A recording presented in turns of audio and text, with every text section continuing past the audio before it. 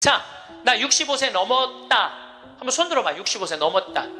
왜 손 안 들어? 여기 지금 다 내 눈에 보이는데 이렇게 많어. 자, 손 내리세요. 자, 이 중에 나 정말로 집 잡혀서 연금으로 생활하고 있다면 손 들어보세요. 지금 한 분, 두 분, 그러니까 제 말이 세 분, 네 분, 제 말이 맞아요. 지금 여기 한 1000여 분 있는데 거의 100명 중에 한 명만 집을. 그런데 이 집 잡혀서 사는 분과 집 안 잡혀서 자식한테 물려주겠다는 분하고 삶의 질은 또 달라요. 집 잡혀서 한 달에 150만 원, 200만 원을 받아 사는 사람들은요, 근심 걱정 하나도 없대요. 마음이 그렇게 편안하대요. 그런데 자식들 용돈 받고 집 물려줄 생각으로 용돈 받고 사는 분들은 어떤 때는 자식이 10만 원도 갖다 주고 20만 원도 갖다 주고. 우리나라 평균 용돈이 10만 원이에요. 평균 부모님한테. 그럼 20만 원도 갖다 주고 30만 원도 갖다 줘. 근데 어떤 달은 100만 원도 갖다 줘. 100만 원도 갖다 주면 이 할머니가 그 돈을 못 써요. 왜 못 쓰는 줄 아세요? 다음 달에 얼마를 갖다 줄 줄 알고 이거 홀딱 닦았어. 그러니까 계속 불안하게 사는 거야. 계속. 그럼 늘 불만 속에서 사는 거야. 내 인생의 주인공은 난데 남한테 계속 기대고 사는 거예요. 그러시지 마세요. 내 강의를 듣고 정말로 당신 스스로 갈비를 사 먹으러 간 할머니들이 나한테 편지 많이 해요. 또 찾아도 많이 와요. 신부님 말대로 내 돈으로 사 먹어보니까 인생이 바뀌더래요. 어떻게 바뀌느냐면 더 이상 자식 기다리지 않게 되더래요. 그리고 더 이상 원망하지 않게 되더래요. 더 이상 섭섭한 거 없더래요. 그냥 내 돈 갖고 내가 사 먹으면 되지. 대신 너는 나한테 재산 끝이야. 이렇게 딱 정리가 되고 나니까 너무 편안하더래요. 그리고 남은 인생은 내가 책임질 수 있겠다라는 자신감이 생기더래요. 그래서 너무 감사하다고. 너무너무 감사하다고. 아니 내 자식하고의 이런 관계를 끊고 내 삶을 살다가 보니까 걸리는 게 하나도 없대. 그러니까 여러분들도 그렇게 사셔야 돼요. 언제까지 자식하고 엉겨서 그걸 살 수 있다고 생각하세요? 그냥 내 인생의 주인공은 나야. 내가 알아서 살아야 돼. 그래서 여러분들의 인생을 꼭 사시기를 바랍니다. 그런데 저는 학벌을 참 싫어해. 내가 아주 공개적으로 강의 때 얘기하잖아요. 난 서울대학 싫어한다고. 싫어요. 그래서 우리는 학벌을 따지지 않아. 직원 채용할게. 서울대학을 나왔든 유학을 갔다 왔든 이대를 나오든 연대를 나오든 일반 대학을 나오든 중학교를 나오든 고등학교를 나오든 초등학교를 나오든 첫 월급은 똑같아. 다 210만 원이에요. 아무리 잘났어도 210만 원, 아무리 못났어도 210만 원. 거기서부터 내가 평가하겠다는 거예요. 그리고 왜 내가 학벌을 따지지 않느냐 하면은 매주 띄우는데 뭐하러 서울대 졸업장이 필요해? 매주만 잘 띄우면 되지. 그렇지 않아요? 아니 매주가 서울대생만 보면 나 잘 떠야 되겠다 이래요? 나는 행복한 사람이 매주도 잘 띄우더라고. 보니까 이번에 우리 생태마을에서 깻잎을 4.5톤을 땄어요. 깻잎 장아찌 하려고 4.5톤 어마어마하게 땄어요. 그런데 깻잎 따는데 뭐하러 그놈의 2대 졸업장이 필요해? 우리는 깻잎 따는데 2대 졸업장 필요 없어. 뭐만 잘하면 돼? 깻잎만 잘 따면 돼. 깻잎만. 자, 기도 바치도록 하겠습니다. 성부와 성자와 성령의 이름으로. 우리 인간은 잘 죽으려면 잘 살아야 돼요. 잘 사는 사람이 죽을 때 행복하게 죽을 수 있습니다. 이 세상에서 보통 안 먹고 안 마시고 안 놀고 고생한 사람이 70살에 당신 암이라고 그러면은 이분들이 공통적으로 하는 얘기가 있어요. 나는 억울해서 못 죽는다고. 공통적으로 하는 얘기가 그 얘기예요. 평생 고생만 하고 살았는데 나는 억울해서 못 죽는다고. 나는 호강해야 된다고. 이때부터 산삼을 캐와라, 좋은 의사를 대라, 다 소용없는 짓이에요. 그러니까 암 걸리기 전에, 당신 죽는다는 얘기하기 전에 이 삶을 만끽하고 삶의 기쁨 속에서 사실 필요가 있다는 겁니다. 그럼 우리나라 1살서부터 30살 행복하냐? 30살서부터 60살 행복하냐? 60살에서부터 120살 행복하냐 이거예요. 제 얘기는 제가 왜 120살이라고 말씀드리느냐 하면 20년 전에 제가 강의할 때 앞으로 100세 시대 올 겁니다 라고 말씀드렸을 때 많은 할머니들이 이렇게 말했어요. 신부님, 끔찍한 소리 하지 마세요. 무슨 100살을 살아요? 그런데 요즘 텔레비전에 100세 안보장, 100세 연금보장 나와요, 안 나와요? 나오죠? 이런 거 나올 줄 꿈에도 몰랐을 거예요. 그럼 앞으로 20년 후에 텔레비전에서 100세 안보장, 100세 연금보장 나올까요? 20년 후에는 120세 안보장, 120세 연금보장 나오게 돼 있어요. 그렇다면 지금 60대신 분들은 앞으로 몇 년을 더 살아야 되느냐 하면은 60년을 더 살아야 돼요. 60년을. 아까 첫 시간에 제가 이런 말씀 드렸어요. 남편하고 자식들을 위해서 전부 바치지 말라고. 얼마만 바치라고? 반만 바치라고. 반은 누구를 위해서 남겨놔야 돼? 나를 위해서 남겨놔야 돼요. 내가 행복해야지 남편도 행복하고 자식도 행복한 거예요. 내가 불행한데 어떻게 남편하고 자식이 행복할 수 있습니까? 우리 부모님이 80 넘어 돌아가셨다. 한번 손 들어보세요. 80 넘어 돌아가셨다. 우리 부모, 이렇게 많아요. 부모님이 90 넘어 돌아가셨다. 손 들어보세요. 손 내리시고, 우리 부모님이 아직 90이 넘었는데 아직도 살아계시다. 손 들어보세요. 자, 혹시 우리 부모님 아니라 이모, 고모라도 100살이 넘은 사람이 있다. 한번 손 들어보세요. 거긴 몇 살이에요? 104살. 그 뒤에 분은 101살? 네. 보통 제가 이렇게 강의할 때 2분 정도 100살 넘은 부모님 있다고 얘기를 해요. 2분 정도. 무슨 얘기냐면은 지금 한국에 100살 넘은 사람이 몇 명이냐면 2만 명이에요. 2만 명. 100살 넘은 사람이, 아니, 옆에 아무나 100살 넘은 사람이 있으니까 2만 명이 넘어요. 그럼 앞으로 20년 후에는 내가 보기엔 20만 명 훨씬 넘어요. 여기 그 대상자들 전부 앉아 있는 거예요. 대상자들 전부 앉아 있는 거예요. 그러면은 1살서부터 30살 행복하냐?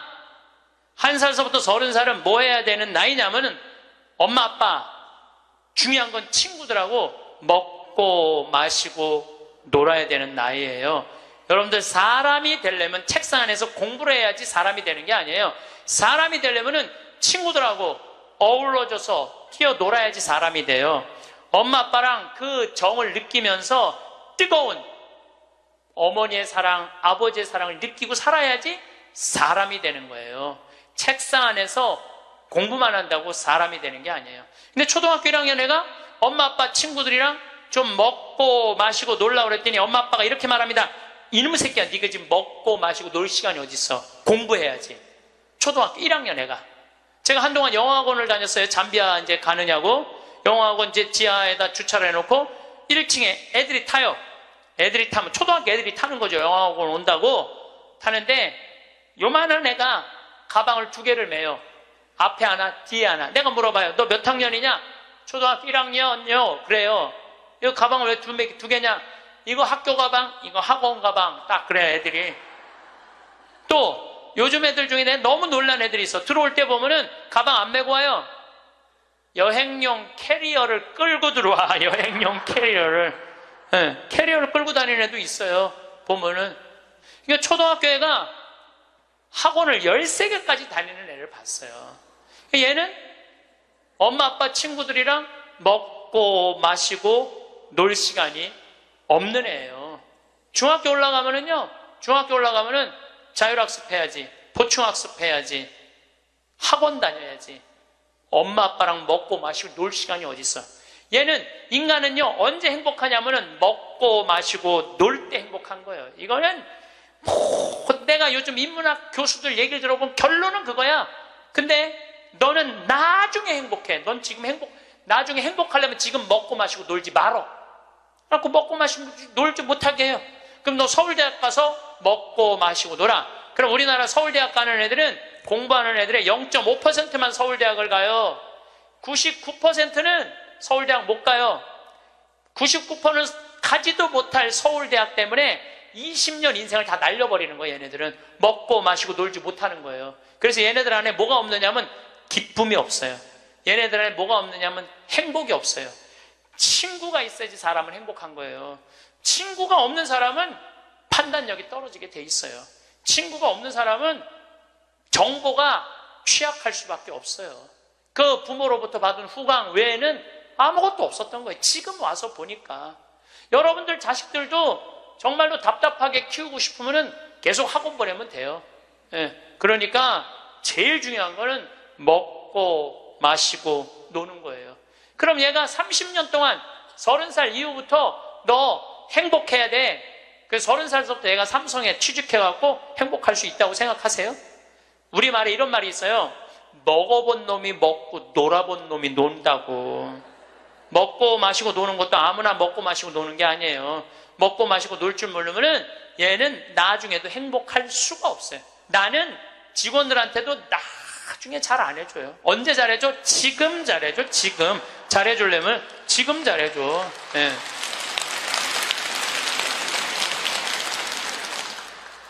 나는 가끔 무슨 공항에 20년 동안 청소하는 아줌마들 140만 원 월급 준다는 게 난 이해가 안 되더라고요.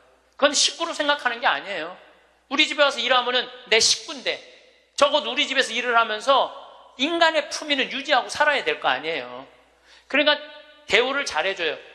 어제도 제가 새벽에 부모님하고 좀 어디를 좀 갈 일이 있어갖고 새벽 4시에 집을 나오는데 별이 이게 여러분들하고 같이 나누고 싶어. 근데 새벽 4시에 평창에 있어야 돼. 그 시간에 얼마나 영롱하고 아름다운지 참 좋아요. 너무너무 행복한 곳이에요, 우리 생태마을. 그런데 우리 생태마을에 누가 남아서 일을 하느냐, 가만히 봤더니 이제까지 200명도 더 왔다 가고 이력서도 이렇게 쌓여 있어요. 취직하겠다고. 근데 결국은 어떤 사람이 남아있느냐 하면은 부모님하고 친구들하고 어렸을 때 먹고 마시고 논 애들이 남아서 일하더라고요. 간혹 저한테 신부님 우리 애가 우울증이에요. 우리 애가 왕따 당했어요. 우리 애가 컴퓨터 중독이에요. 우리 애가 알코올 중독이에요. 신부님 사람 하나 살리는 셈 치고 우리 애 좀 받아주세요. 내가 또 마음이 약하니까 받아줘요. 받아주면은 3개월 이상을 못 버텨요. 본인이 그런다고 생태마을의 환경이 아무리 좋아도 그렇게 내가 아까 얘기했죠. 먹어본 놈이 먹고 놀아본 놈이 노는 거라고. 어렸을 때 불행하게 자란 애들은요, 그 공동체 안에서 직장생활 못해요. 아니 KBS에서도 실험을 했잖아요. IQ 좋은 애, 성적 좋은 애, 생활기록부 좋은 애, 이거 쉽게 말하면 먹고 마시고 노는 애. 초등학교 6학년 때 요 성적표를 가지고 30년 후에 추적을 해봤어요. 누가 행복하게 사나? 그랬더니 IQ 좋은 애도 아니고 성적 좋은 애도 아니고 뭐 좋은 애야? 생활기록부 좋은 애, 먹고 마시고 노는 애들이요, 결국은 잘 살더라 이거예요. 결국은. 그러니까 여러분들 자식들한테 너 공부 잘해야지 행복하다는 얘기는 틀린 얘기예요. 이 얘기가 핀란드에서는 이미 결론이 난 거예요. 핀란드는 초등학교 입학 조건이 뭔지 아세요? 잘 노는 애. 잘 노는 애가 입학 조건이에요. 입학 이제 학생들 뽑으려고 전부 다 애들이 와 있잖아요. 근데 놀이시설을 딱 놀게 해요. 근데 한 애가 안 놀아. 그럼 부모 불러갖고 뭐라고 그러는지 알아요? 얘 유치원에 다시 보내라고. 왜? 우리 애가 유치원에 가? 얘는 지금 노는 법을 모른다고. 놀아야지 사람이 되는 거예요. 놀아야지. 근데 우리는 먹고 마시고 노는 일을 아주 우습게 보는 거예요. 우리나라가 독일보다 4개월을 일을 더 해요. 4개월을 일을 더 하고 미국보다 3개월을 더 일을 해요. 1년에. 그런데 우리가 독일보다 잘 살아요? 미국보다 잘 살아요? 그렇게 뼈 빠지게 일을 하는데도 일한다고 돈 버는 게 아니에요. 제가 아주 재미난 일이 있었어요. 신나는 일이죠. 잠비아에 이제 우리 치과 의사들이 이번에도 1,400명 환자를 봤어요. 안과 의사 2분, 치과 의사 9분이 환자를 1,400명을 봤어요. 일주일에. 어마어마하게 환자를 봤죠. 근데 이제 그 의사 4년째 나 따라다니는 의사가 나 가기 전에는 맨날 신부님 나 비행기에서 떨어져서 죽었으면 좋겠어요. 차가 와서 쳐서 죽었으면 좋겠어. 그랬던 의사예요. 근데 잠비아 봉사활동 가면서부터 사는 게 즐거운 거야. 내 걸 나누니까 자기 존재의 의미가 있는 거예요. 근데 이 의사가 참 돈을 많이 버는 의사예요. 그런데 왜 죽고 싶으냐? 건물은 큰 걸 사놓고 그 빚을 해대느냐고. 화장실 가는 게 아까웠고 물을 안 마셔. 오줌 누는 시간이 아까웠고 진료 시간이. 그러니까 사는 게 즐겁지 않은 거죠. 여러분들 인생에 정말 힘든 게 뭔지 아세요? 확장 이전이에요. 여러분들 괜히 아파트 20평에서 40평 넓혀가는 거, 장사 잘 되는 가게 10평에서 40평 넓혀가는 거 다 고통의 시작이야. 그냥 있는 데서 살아요. 뭐하러 확장 이전을 해. 행복하지 않았던 거야. 근데 잠비아를 떠나면서부터 사는 게 즐겁기 시작한 거예요. 그리고 내가 얘기했어요. 인생은 화장실도 안 가고 진료하는 게 인생이 아니야. 먹고 마시고 노는 게 인생이야. 제발 먹고 마시고 놀아. 그랬더니 그때부터 먹고 마시고 놀기 시작하는 거예요. 일주일에 이틀 과감하게 놀고 1년에 성지순례 10일 나 따라가고 성지순례 다른 데 또 가고 호주 의사들 같이 여행 다니고 1년에 40일을 놀아요. 40일을 무지하게 노는 거예요. 그러니까 그 조카가 이제 군대 갔다 와서 아르바이트 하면서 그렇게 노니까 이모한테 그렇게 물어보더래요. 이모, 이 치과 월급은 나오는 거야? 이렇게 물어보더래요.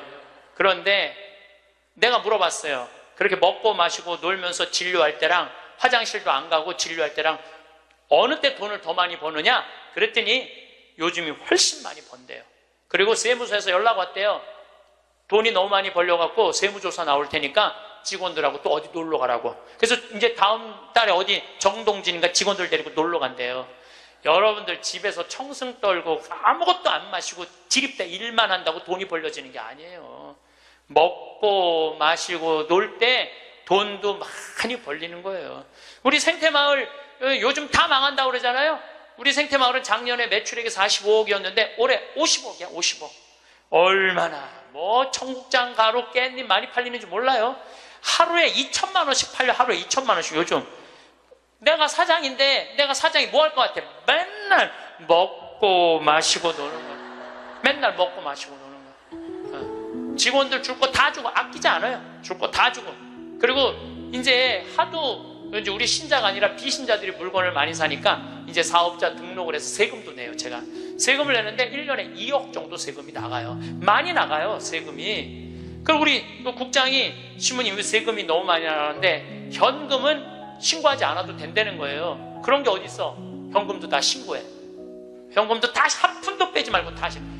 야, 내가 신부로 사는데 왜 머리 복잡하게 살아? 그냥 있는 대로 보고하고 다 살아. 내가 세금 2억 내면 국가가 그거 갖고 어려운 사람 도와주고 나라 돌아가는 거지. 그걸 그냥 이렇게 감추고 저렇게 감추다가 내가 가끔 우리 이제 세금 다 내요. 그래서 세금이 부담스럽더라고요. 다 한 달에 거의 2천만 원씩 세금이 나가니까. 그런데 텔레비전을 보면은 그 세금 떼어먹는다고 탈세한다고 대기업 총수들이 막 마스크 쓰고 막 휠체어 막 타고 막 침대에 누워서 막 들어왔다 나갔다 하는 거 보면서 내가 텔레비 보면서 한마디 해요. 내가 뭐라고 그러냐면 내고 살지. 아유, 내가 이렇게 말해요.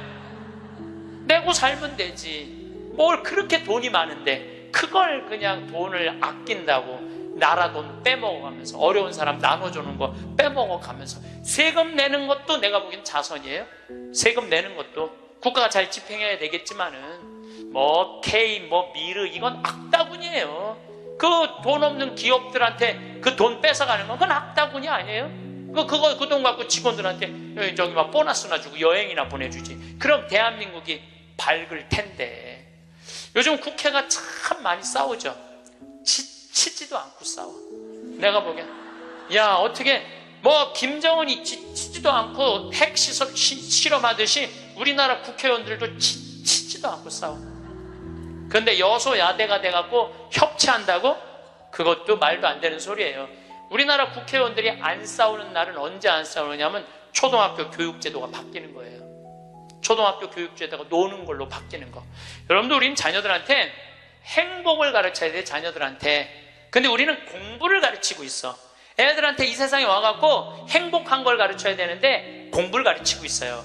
이거 좀 생각해봐야 될 문제예요. 나는 자식들한테 행복을 가르쳤나 공부를 가르쳤나? 한번 생각해봐요. 뭘 가르쳤어요? 공부 가르치지 않았어요? 행복을 가르쳐야죠. 왜 공부를 가르쳐요? 2006년에 우리나라가 1년에 10만 명씩 조기 유학을 보냈어요. 2006년에 그때 조기 유학 분부로서요. 얘네들이 딱 10년 지났어요. 결론이 나와 있어요. 지금 조기 유학 다 실패했어요. 90%가 다 실패했어요. 그러면은 초등학교 4학년, 5학년 애가 조기 유학을 떠나. 그러면 미국에 가면은요, 여권 심사대에서 막 영어로 막 물어봐요. 야, 너 여기 왜 왔냐? 며칠 머무를 거냐? 뭐 때문에 왔느냐? 막 물어봐요. 그것도 한국말로 물어봐요? 영어로 물어봐요. 그럼 초등학교 4학년 애가 당황스러울 것 같아? 안 당황스러울 것 같아요? 당황스럽죠. 그리고 미국에 딱 가갖고 수업을 하면은요, 아무리 한국에서 영어 공부 열심히 잘해도 못 알아들어요. 얼마 동안? 1년 동안 못 알아들어. 걔가 무슨 죄를 졌다고 1년 동안 말도 못 알아듣는 데서 고생을 해야 돼? 그리고 여러분들 인종차별, 여러분들은 잘 모르지만은 저는 정말로 외국을 많이 다니면서 확실하게 인종차별 느껴요. 신부인 난데도 아주 농담하는 애들 많아요. 너 뭐하러 혼자 사느냐? 막 하느님이 네 뭐 애인이냐? 막 이래가면서 웃기지도 않게 인종차별해요, 걔네들이. 그럼 초등학교 4학년 애가 그 인종차별을 다 겪는 거야. 그러면 한국에서 걔한테 유학 한번 보내려고 그러면 9.11 테러 이후부터 미국은 외국인을 공립학교에 받아들이지 않아요. 다 어디에 들어가야 되냐면 사립학교에 가야 돼. 사립학교는 중학교, 고등학교 1년에 4천만 원, 5천만 원이에요. 등록금이. 1년에요. 1년에 4천만 원, 5천만 원이에요. 3년에 5천만 원이 아니고 기숙사비 3천만 원이에요. 방학이 4번인데 거기 못 있어요. 부모 없으면은 한국에 들어왔다 나갔다 해야 돼. 그러면 얘는 혼자 간 애는 계속 들어왔다 나갔다 해야 돼요. 그럼 비행기 값 1,000만 원이야. 그럼 1억이 나가야 돼요. 유학 보내면은. 그럼 우리나라 대기업 연봉 1억이거든요. 1억이면은요, 아버지는 아무것도 안 쓰고 얘한테 다 보내야 돼. 아버지는 아무것도 안, 아버지도 먹고 마시고 놀아야 되는 사람인데 그걸 못 하는 거예요. 그러니까 자식하고 마누라 보내면은요, 더 아무것도 못 해. 그러니까 친구들도 하루 이틀 같이 놀아주는 거지. 저녁 같이 술도 못 먹자고 그래요. 내가 기러기 아빠들이랑 술 많이 먹었어, 옛날에. 먹어보면 그 얘기를 하면 정말로 가슴이 아파요. 그러면은 하루 이틀 그러다가 이제 혼자 술집에 가는 거야. 혼자 술집에 뭐 장미 뭐 이런 데 가면은 그 아가씨가 아유 사장님 외로워 보여 이렇게 말하면은 내 마음을 알아주는 여자는 이 여자밖에 없구나. 그래서 뭐해? 사랑에 빠지는 거예요. 그걸 남들은 바람 핀다고 그러지. 그래서 바람 피는 거예요. 혼자 외로우니까. 인간은 어쩔 수가 없거든요. 그 시간에 집에 들어가갖고 아이하고 아내하고 해주는 거 맛있게 먹고 마시고 놀았으면 그 사람 바람 안 폈을 거예요. 대기업의 부장 정도 올라갈 사람이면 열심히 산 사람이니까. 그렇죠? 그러면은 애는 학교 가갖고 언어 안 돼, 인종차별당해. 엄마는 또 미국 가갖고 애 학교 가면은 심심하잖아요. 거기서 또 놀고 있는 또 멀쩡하게 생긴 남자하고 또 외로우시겠어요, 사모님. 그럼 거기서 또 이제 또 바람 피고, 아빠는 한국에서 바람 피고 엄마는 미국 가서 바람 피고, 애는 인종차별 언어에 갖고 정신 우울증에 걸리고, 그런 일이 벌어진다니까요. 한두 집이 아니라니까요. 뭐를 위해서 애를 유학을 보낸 거예요? 뭐를 위해서? 다 집안 풍비박산 만들어 놓고. 그러니까 애한테 공부를 가르치면 안 된다니까요. 행복을 가르쳐야 돼요. 우리가 뭐를 해서 행복한지. 그래서 10년 동안 간 애들 중에 정말로 한국에도 아니고 미국에도 아닌 애들 많아요. 이건 아무것도 아니야. 대학 졸업하고 유학을 가면요, 얘 심지라도 있어요. 대학 졸업해서 유학 가는 애들. 근데 초등학교, 중학교 때 가는 애들은 심지도 없는 애들이야. 내가 한국인지 미국인지 구분도 안 되는 애들이야. 그래갖고 적응 안 되면은 중학교에 가면은 유학 온 한국 애들, 말 안 통하는, 영어 안 되는 애들끼리 모여요. 모여서 노래방 가고 한국 드라마 보고 술 먹고 담배 피고, 고등학교 올라가면 마약해요. 마약하면 또 걸리면 감옥에 갔다 왔다 하고. 정말로 이 아이의 출세를 위해서, 이 아이의 미래를 위해서 유학을 보냈는데 아버지도 바람피고 엄마도 바람피고 애는 마약하고. 이런 집이 한두 집이 아니라니까요. 너무너무 많은 거예요. 이런 집이. 성공하는 비율은 10%밖에 안 된대요. 10%밖에. 그러니까 90%는 다 망가지는 거야. 그래갖고 이제 한국에 돌아오면은 집안이 완전히 망가진 거야. 애는 집에서 나가지도 않고. 왜냐하면 유학이라는 건 갔다 왔는데 대학을 졸업한 것도 아니고 한국에서 취직되는 것도 아니고 그러니까 아무것도 못하는 거야. 그래서 나한테 와서 신부님 얘 좀 고쳐달라는 거야. 자기가 10년 동안 망가뜨려 놓고 나한테 1시간 만에 고쳐달라는 거야. 아, 내 안수하면 손에서 아무것도 안 나오는데 뭘로 고쳐 내가. 그런데 이제는 1년에 10만 명씩 가던 게 이제 3만 명밖에 안 가요. 왜? 실패한 게 결론이 났으니까. 나는 그러지 말자는 거예요. 그 1년에 1억씩 유학비 보낼 돈이 있으면 그 돈 갖고 한국에서 엄마 아빠 자식이랑 행복하게 먹고 마시고 놀으라는 거예요. 그럼 이 집은 깨지지도 않고 애는 아주 건강하게 자랄 거예요. 우리가 아주 중요한 거를 놓치고 있는 거예요. 별거 없어. 인생이 뭐 그렇게 복잡해? 그리고 여러분들 출세 그것도 해봐야. 난 텔레비전 보면서 출세하는 거 한맛도 안 부러워요. 뭐 민정수석 무슨 수석들 지금 그게 사람 사는 거예요? 저런 모습이? 차라리 그 자리에 안 가면은 거짓말도 안 할 거 아니에요. 그 자리에 가면 어쩔 수 없이 거짓말하고. 어떻게 보면 여러분들이 훨씬 행복한 분들이에요. 여러분들은 거짓말 일이 뭐가 있어? 누가 돈을 갖다 줘야지 안 받았다고 그러지. 누가 돈을 갖다 줘야지 안 받았다고 그러지. 참. 자, 그렇다면은 30살에서부터 60살은 행복하냐? 대한민국에. 자, 이 30살에서부터 60살은 저는 인생의 황금기라고 생각해요. 여러분들, 여행은 가슴이 떨릴 때 가야지 다리가 떨릴 때 가면 안 된다니까요. 근데 이때 가야 될 때야. 가야 될 때야. 그런데 자식 공부시킨다고, 자식 출세시킨다고 나는 안 먹고 안 마시고 안 놀아. 30년 동안 그랬어. 그럼 이 사람은 30년 동안 껍데기 인생을 산 거예요. 자기 인생 산 거 아니에요. 자식만을 위해서 살았다고. 나는 자식 하나 잘 되면은 엄마의 기쁨이라고 그러는데 그것도 옛날에 45, 46까지 살 때 얘기예요. 이제 여러분들 120살 살면은요 자식이 90이 돼버려요. 그 자식 출세하는 거 여러분들 행복하고는 아무 상관이 없어요. 70살, 80살 된 자식하고 90살, 100살 된 여러분들하고 아무 상관이 없어요. 자식을 출세시키고 싶으면 여러분들이 먼저 출세해야 돼요. 자식을 철들게 키우고 싶으면 누가 먼저 철이 들어야 돼? 여러분들이 먼저 철이 들어야 돼. 그런데 여러분들이 30살부터 60살까지 자식 출세만 바란다고 빈 껍데기로 30년을 살았어. 근데 여러분들이 철이 들 것 같아요? 지금 대한민국에 30살부터 60살 철든 사람이 얼마나 있을 것 같아요? 그래서 유학 보내고 자기는 한국에서 바람피고 아내는 미국 가서 바람피고 애는 정신병이 들어요? 철이 안 드는 거예요.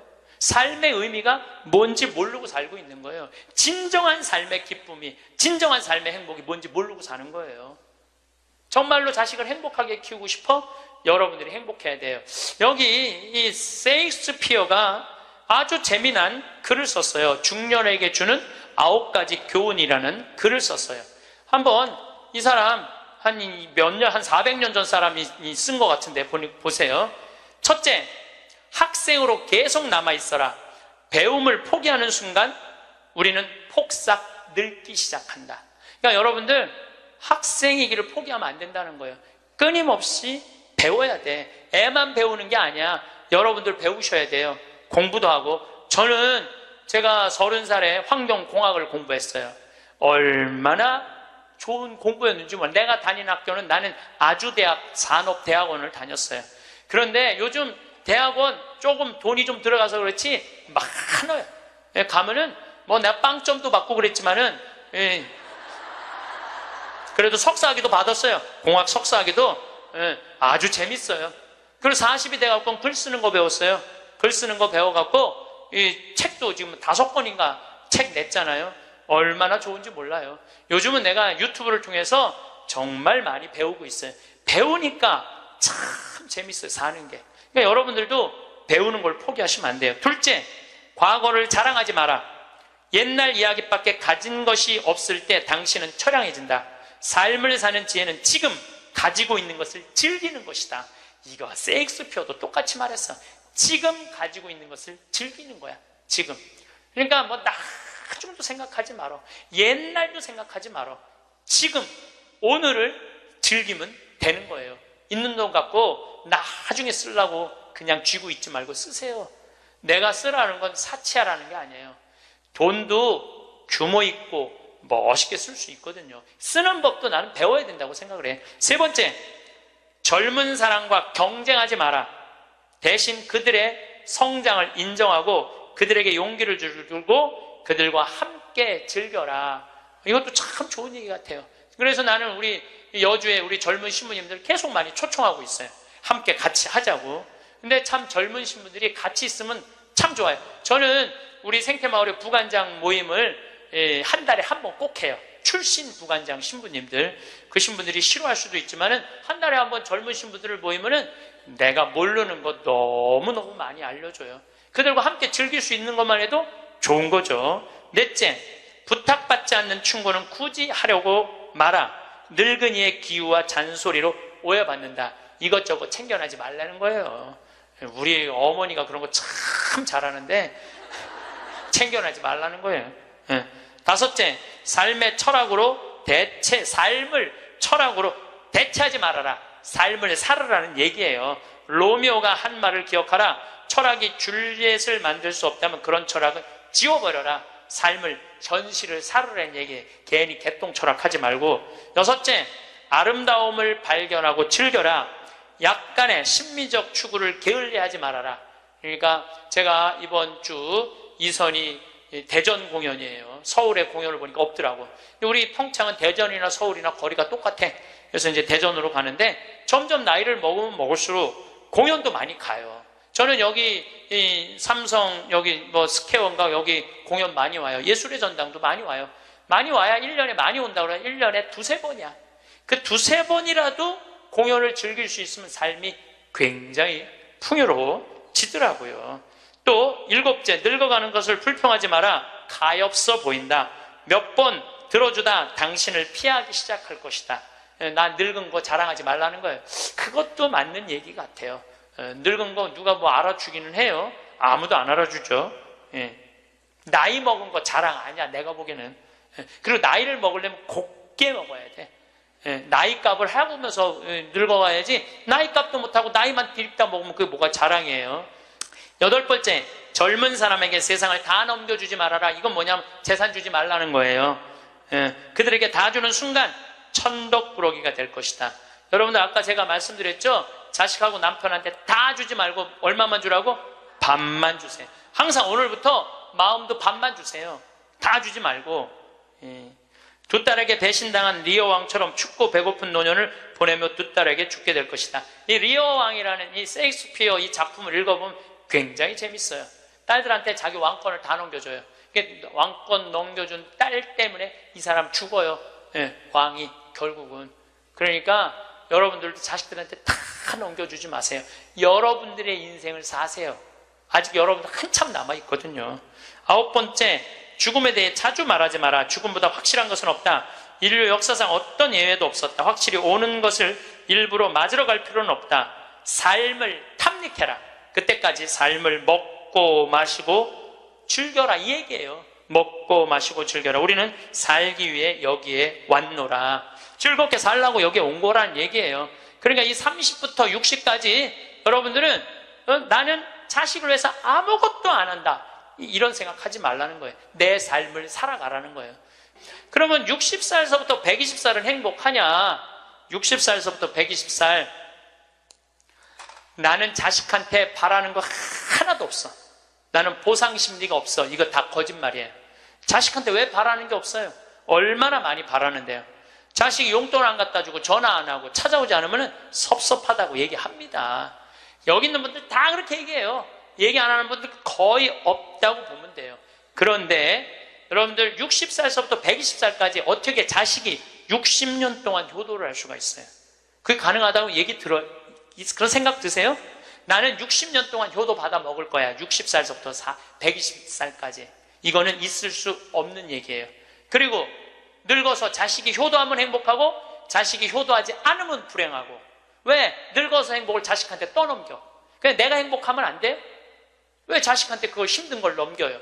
그리고 여러분들 자식들 중에 여러분들 집에 태어나고 싶어서 태어난 놈은 한 놈도 없어요. 여러분들이 좋아서 난 거지. 그러니까 뭘로 끝내야 되냐면 키운 걸로 끝내야 돼. 그런데 보상 심리가 있어요. 내 자식이 의사야. 그러면 내 주머니에 돈이 1,000만 원 있어도 이 할머니 절대 너 돈으로 가서 안 사 먹어. 뭐라고 그러냐? 왜 내가 내 돈 주고 사 먹어? 잘난 의사 있는데 나는 의사 아들이 와서 사줄 때까지 나는 기다릴 거야. 기다려. 1년이고 2년이고 기다려. 의사 아들이 와서 사줄 때까지. 근데 여러분들 자식이 무슨 무당이야? 막 수술하다가 엄마가 오늘 갈비 먹고 싶어 하네? 내가 가서 갈비 사줘야지. 전화해요. 엄마, 내가 막 수술하다가 생각이 났는데 엄마 오늘 갈비 먹고 싶었지? 내가 오늘 가서 사줄게 라고 전화하는 자식은 대한민국에 단 한 명도 없습니다. 지금 70, 80 된 나 갈비 먹고 싶은 거 누구만 알아? 나만 알아요. 여러분들 이걸 아셔야 돼요. 여러분들은 자식 생각밖에 없지만 자식은 여러분들 생각 없어요. 그건 확실합니다. 왜냐면 이게 실험의 결과가 나왔어요. 어떤 실험을 했느냐면 요즘은 사랑의 감정을 촬영할 수 있대요. 그래갖고 할머니들한테 젊은 자식들 사진을 보여주고 뇌파 촬영을 해보니까 막 그냥 뇌파가 난리도 아니라는 거예요. 자식 사랑의 감정 잘된 자식은 좋아갖고 막 난리고 못된 자식은 그게 안타까워갖고 막 난리가 아니라는 거예요. 그러니까 여러분들은 자식 보면은 뇌가 막 진동을 해. 사랑의 감정이. 그런데 자식한테 늙은 엄마 사진을 보여주고 뇌파 촬영을 해보니까 아무 반응이 안 일어나는데, 내가 이거 KBS에서 봐서, KBS에서 의사들이 실험하는 거를. 그러니까 여러분들은 자식 생각하는 거하고 자식이 여러분들 생각하는 거하고는 이건 차원이 달라요. 차원이. 정말 생각 없어요. 저도 어머니 아버지 86, 84살이에요. 그런데 내가 막 신부됐을 때 어머니 60이었을 때 어머니가 그랬어. 늙으면 죽어야 된다고. 그때 이제 효도할 때가 됐는데 죽으면 안 되지. 그래갖고 어머니 아버지 모시고 파리, 로마, 이스라엘, 베이징, 우리나라 금강산, 백두산, 우리나라 조태는데 온천 다 모시고 다녔어요. 왜 모시고 다녔느냐 하면 죽는 데니까 빨리 보여줘야 될 거 아니야. 죽기 전에 5년 동안. 근데 요즘은 어머니가 늙으면 죽어야 돼 그 소리 하면 막 화가 나요. 왜 화가 나냐면 그 얘기한 지 24년이 지났어요. 24년. 죽을 기미가 안 보여요. 요즘 어떻게 잘 드셔서 그런지 완전히 얼굴이 새색시 같아. 새색시. 얼마나 이쁜지 몰라. 그래 죽겠어요? 안 죽어요. 그럼 24년을 내가 효도를 할 것 같아요? 5년 하고 끝났어요. 나도 5년 하고. 요즘은 나 강의 막 다니다 보면 한 달 동안 한 번도 생각 안 할 때 있어요. 한 번도. 근데 어머니는 아침에 일어나고 제일 먼저 나 위해서 묵주기도 20도 안 한대요. 하루 종일 아들 생각하는 거지. 집에 가보면 온통 내 사진이야. 그냥 온통 내 사진. 그런데 놀라운 건 우리 사저가는 어머니 아버지 사진 하나도 없어요. 하나도. 그런데 나만 그렇겠어요? 여러분들 자식들 먹고 살기 바쁜데 생각 안 해요. 그러니까 이제 내 인생의 주인공은 누구라고 생각하면 돼? 나라고 생각하면 돼. 우리나라 노인이 지금 700만 명이에요. 65세 이상이. 그러면 부부가 산다고 하면 350만 세대죠? 350만 세대 중에 집 잡혀서 주택연금으로 사는 세대는 3만 5천 세대. 할머니 중에 내 강의에 딱 맞는 할머니 한 분 오셨어. 여기 여의도에 사는 분인데 개신교 다니는 분이야. 순복음교회 다닌대요. 빌딩이 3개가 있대. 우리 집에 왔는데 하여튼 에쿠스 900인가 리무진인가를 타고 왔는데 어마어마하게 좋은 차를 타고 왔어요. 에쿠스가 아니라 제너시스. 그 기사를 대갖고 왔어. 근데 그러는 거예요. 신부님 내가 40에 혼자 대갖고 아들 셋을 키웠다는 거. 신부님 말대로 의사, 교수, 사장이라는 거예요. 근데 2년 전까지는 내가 너희들 그렇게 키웠는데 왜 나 한번 안 찾아오느냐. 맨날 원망했대요. 근데 어느 날 갑자기 내가 그러더래요. 늙어서 갈비 먹고 싶으면 지 돈으로 사 먹으라고. 왜 자식을 기다리느냐고. 근데 자기 돈으로 사 먹어보니까 더 이상 안 기다려지더래요. 섭섭한 거 없더래요. 그리고 사는 게 너무너무 즐겁더래. 내 자식하고의 이런 관계를 끊고 내 삶을 살다가 보니까 걸리는 게 하나도 없대. 그러니까 여러분들도 그렇게 사셔야 돼요. 언제까지 자식하고 엉겨서 그걸 살 수 있다고 생각하세요? 그냥 내 인생의 주인공은 나야. 내가 알아서 살아야 돼. 그래서 여러분들의 인생을 꼭 사시기를 바랍니다. 성공한 사람들을 보면 크게 두 부류로 나뉘는 걸 알 수 있습니다. 하나는 자신이 성공했다고 여기저기 떠벌리고 다니는 사람들, 그리고 또 하나는 조용히 아무 말 없이 자기 삶을 사는 사람들입니다. 우리는 흔히 성공을 하면 자연스럽게 자랑하고 싶어질 거라고 생각하죠. 좋은 차를 사고 비싼 시계를 차고 SNS에 멋진 사진을 올리고 싶을 겁니다. 왜냐하면 그렇게 하면 남들이 나를 더 인정해 줄 거라고 믿으니까요. 하지만 현실은 그렇지 않습니다. 오히려 진짜 성공한 사람들은 그렇게 행동하지 않습니다. 왜냐하면 보여줄 필요가 없기 때문입니다. 돈이 많다고 높은 자리에 있다고 유명하다고 해서 굳이 그걸 드러낼 필요는 없습니다. 그걸 아는 사람들은 이미 알고 있고 모르는 사람들은 알 필요가 없죠. 그런데도 굳이나 성공했다고 떠드는 사람들이 있습니다. 그런 사람들은 왜 그럴까요? 간단합니다. 그 사람들은 사실 그렇게까지 성공한 게 아니기 때문입니다. 우리는 종종 SNS에서 성공한 사람들을 봅니다. 해외여행을 가고 고급 레스토랑에서 밥을 먹고 멋진 차를 타고 다니는 모습? 그런데 가만히 보면 그런 걸 보여주는 사람들은 언제나 뭔가를 팔고 있습니다. 강의를 팔든 자기 브랜드를 홍보하든 아니면 단순히 자기 자존감을 유지하려고 하든 간에 결국 목적이 있는 거죠. 진짜 부자들은 그렇게 하지 않습니다. 오히려 조용히 아무도 모르게 자기 일을 합니다. 왜냐하면 자랑해서 얻을 게 없기 때문입니다. 오히려 괜히 잘난 척했다가 사람들에게 이용당하거나 시기와 질투를 받거나 쓸데없는 오해를 사는 게 더 피곤합니다. 이건 단순한 돈 이야기가 아닙니다. 사회적인 성공을 이룬 사람들도 마찬가지입니다. 진짜 실력 있는 사람들은 자기 실력을 굳이 떠벌리지 않습니다. 왜냐하면 그럴 필요가 없으니까요. 자기 분야에서 최고라면 사람들이 먼저 알아서 찾아옵니다. 반대로 실력이 부족한 사람일수록 자기를 포장하려고 애씁니다. 우리가 흔히 듣는 말이 있죠. 빈수레가 요란하다. 이 말이 괜히 있는 게 아닙니다. 정말 내실이 있는 사람들은 굳이 시끄럽게 굴지 않습니다. 반대로 겉만 번지르르한 사람들은 자기가 얼마나 대단한지 떠들고 다닙니다. 이걸 좀 더 현실적인 예로 들어볼까요? 동창회에 나가면 꼭 이런 사람이 있습니다. 옛날에는 별거 아니었는데 갑자기 잘 됐다고 나타나서 자기가 얼마나 성공했는지 자랑하는 사람. 처음에는 다들 와 대단하다 하고 들어주지만 시간이 지나면 어떨까요? 대부분 속으로 이렇게 생각할 겁니다. 저 사람 뭐 저렇게까지 티를 내? 결국 그런 사람은 점점 멀어지게 됩니다. 반면에 정말 성공한 사람들은 조용합니다. 굳이 자기가 어떻게 살고 있는지 설명하지 않죠. 그런 사람들은 오히려 주변에서 먼저 알아보고 자연스럽게 존경을 받습니다. 그게 진짜 성공입니다. 그럼 우리는 어떻게 해야 할까요? 내가 뭔가를 이루었을 때 굳이 남들에게 알릴 필요가 있을까요? 물론 가까운 사람들에게 좋은 소식을 전하는 건 좋습니다. 하지만 굳이 모든 사람들에게 나 이렇게 잘 살고 있어요 하고 알릴 필요는 없습니다. 그런 행동은 결국 나에게 득이 되지 않습니다. 성공이라는 건 원래 조용한 겁니다. 내가 잘 되고 있으면 주변 사람들이 자연스럽게 알게 됩니다.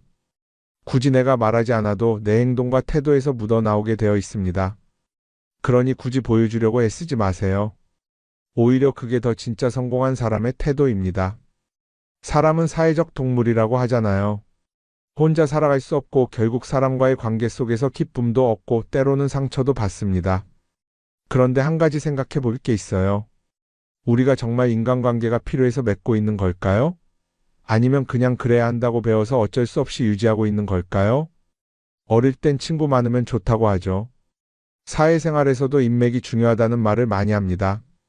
그런데 정작 주변을 보면요. 인간관계가 넓은 사람일수록 스트레스를 더 많이 받아요.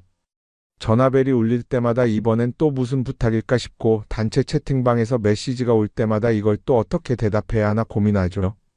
관계가 많아질수록 책임과 피로도 함께 늘어나는 겁니다. 어떤 사람들은 인간관계를 줄이면 외롭지 않겠냐고 해요. 그런데 가만히 생각해보면 진짜 외로움을 느끼는 순간이 언제인지 아세요? 오히려 불필요한 인간관계 속에 있을 때입니다. 같이 밥을 먹고 얘기를 나누는데도 뭔가 허전하고 대화가 컥 돌고 속마음을 나누지도 못할 때? 그럴 때 우리가 더 외롭다고 느끼죠. 그렇다고 당장 인간관계를 다 끊어버릴 순 없겠죠. 하지만 적어도 내가 정말 소중하게 여겨야 할 관계와 그냥 관성적으로 유지하는 관계는 구분할 필요가 있습니다. 예를 들어 매번 나한테 부탁만 하고 정작 내가 어려울 땐 연락 한 번 없는 사람. 내가 실수하면 뒷담화를 하면서 내 앞에서는 웃는 사람. 이런 관계를 굳이 계속 이어갈 이유가 있을까요? 가끔은 이런 경험도 있을 거예요. 우연히 어떤 사람과 친해졌는데 만난 지 얼마 되지도 않았는데 너무 많은 걸 털어놓는 사람들 있죠. 자기 속사정부터 가족 문제, 직장 고민까지 쏟아내는 사람들. 이런 경우 두 가지의 가능성이 큽니다. 하나는 그냥 감정적으로 의존할 사람이 필요해서일 수도 있고 또 하나는 내가 믿을 만한 사람인지 떠보는 걸 수도 있어요. 어떤 경우든 이런 관계는 오래가기 어렵습니다. 사실 친밀함이라는 건 시간이 필요한 법이에요. 적당한 거리를 두고 천천히 서로를 알아가야 하는데 초반부터 급격하게 가까워진 관계는 쉽게 무너지는 경우가 많습니다. 처음엔 친하다고 생각했는데 어느 순간 사소한 일로 틀어지고 결국 남보다 못한 사이가 되는 거죠. 그러면 인간관계를 어떻게 해야 할까요? 답은 간단합니다. 억지로 맺지 말고 굳이 유지하려고도 하지 않는 거예요. 내가 편한 관계라면 자연스럽게 이어질 것이고 그렇지 않다면 서서히 멀어질 겁니다. 그리고 그걸 억지로 붙잡지 않아도 괜찮습니다. 관계를 유지하는데 에너지를 쓰기보다는 정말 소중한 관계에 집중하는 게 더 낫지 않을까요? 어떤 사람은 내가 인간관계를 줄이면 나중에 나 혼자 남는 거 아니냐 걱정하기도 해요. 그런데 생각해보면요, 진짜 나를 위하는 사람은 많지 않아요. 인간관계를 줄인다고 해서 완전히 혼자가 되는 게 아닙니다. 오히려 불필요한 관계를 정리하고 나면 남아있는 관계들이 더 단단해지고 가치 있게 느껴질 겁니다.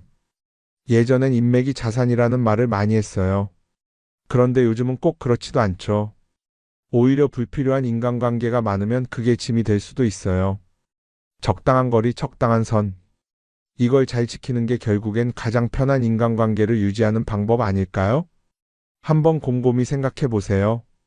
지금 내 주변에 있는 사람들 중에서 내가 정말 편하게 만날 수 있는 사람이 몇 명이나 되는지, 내가 억지로 맞춰주고 있는 관계는 없는지. 관계를 줄이면요, 외로워지는 게 아니라 오히려 더 자유로워집니다. 그리고 자유로워진 만큼 내 인생에서 정말 중요한 것에 집중할 수 있게 됩니다. 인간관계 너무 많은 걸 신경 쓰다 보면 정작 중요한 걸 놓칠 수 있어요. 그러니까 이제는 한 번쯤 정리해보는 것도 나쁘지 않을 겁니다. 사람들이 돈을 많이 벌고 싶어 하는 이유가 뭘까요?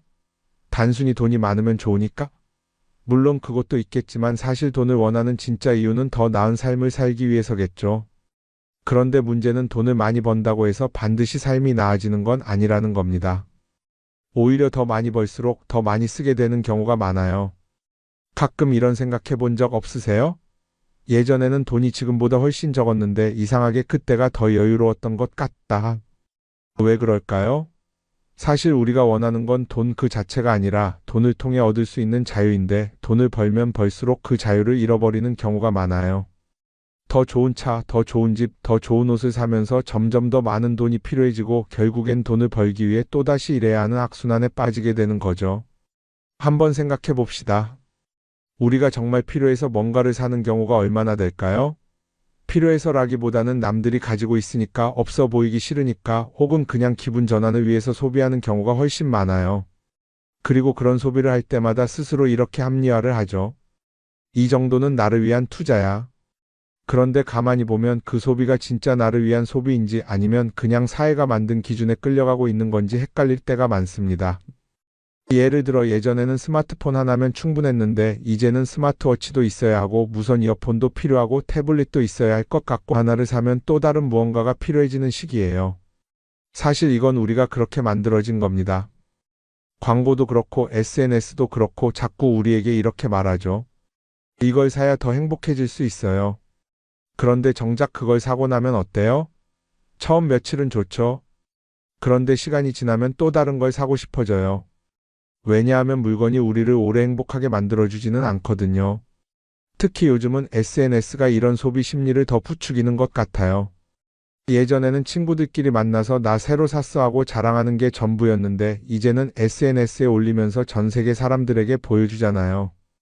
그러다 보니까 남들도 다 뭔가를 사서 올리고 나도 따라해야 할 것 같은 기분이 드는 거예요. 그런데 중요한 건 그 사람들도 사실은 나와 똑같은 기분이라는 겁니다. 내가 남을 부러워하는 만큼 나도 누군가에게 부러움을 사려고 애쓰고 있는 거죠. 결국 끝없는 비교와 소비 속에서 진짜 중요한 걸 놓치게 되는 겁니다. 한번 이렇게 생각해보면 어떨까요? 만약 내가 지금부터 딱 1년 동안 불필요한 소비를 하지 않는다면 내 삶이 어떻게 변할까? 아마 처음에는 답답할 수도 있어요. 사고 싶었던 걸 참아야 하니까. 그런데 그걸 몇 번 참고 나면 어느 순간 깨닫게 될 겁니다. 내가 굳이 이걸 안 사도 괜찮네? 그렇게 불필요한 소비가 줄어들면 자연스럽게 돈이 쌓이겠죠. 그런데 돈이 쌓이는 것보다 더 중요한 게 있어요. 바로 마음의 여유가 생긴다는 겁니다. 돈을 쓰지 않는다고 해서 불행해지는 게 아니라 오히려 소비로부터 자유로워지면서 진짜 행복을 찾을 수 있어요. 물론 이걸 실천하는 게 쉽지는 않겠죠. 우리 주변에는 소비를 부추기는 것들이 너무 많으니까요. 하지만 적어도 이런 건 해볼 수 있습니다.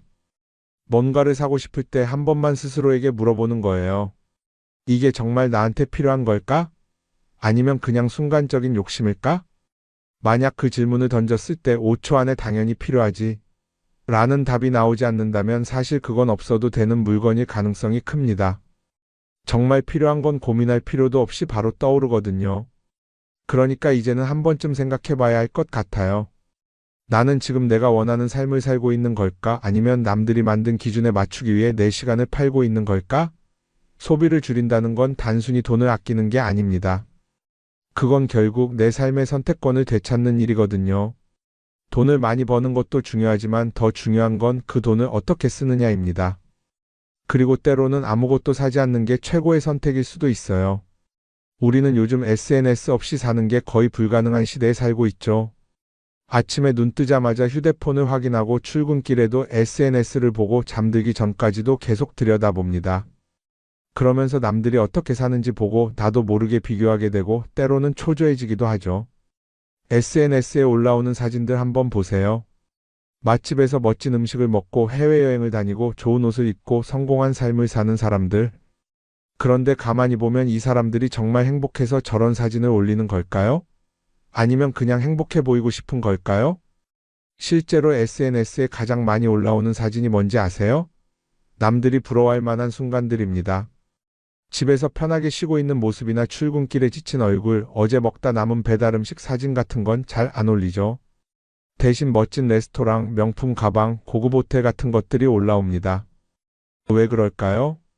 결국 SNS는 보여주기 위한 공간이기 때문입니다. 여기서 중요한 게 있어요. 우리가 SNS에서 보는 건 그 사람의 삶 전체가 아니라 편집된 일부 장면이라는 겁니다. SNS는 마치 한 편의 다큐멘터리나 영화처럼 잘 꾸며진 장면들만 보여줍니다. 그런데도 우리는 그걸 보면서 아, 저 사람은 나보다 더 행복하구나 하고 착각하죠.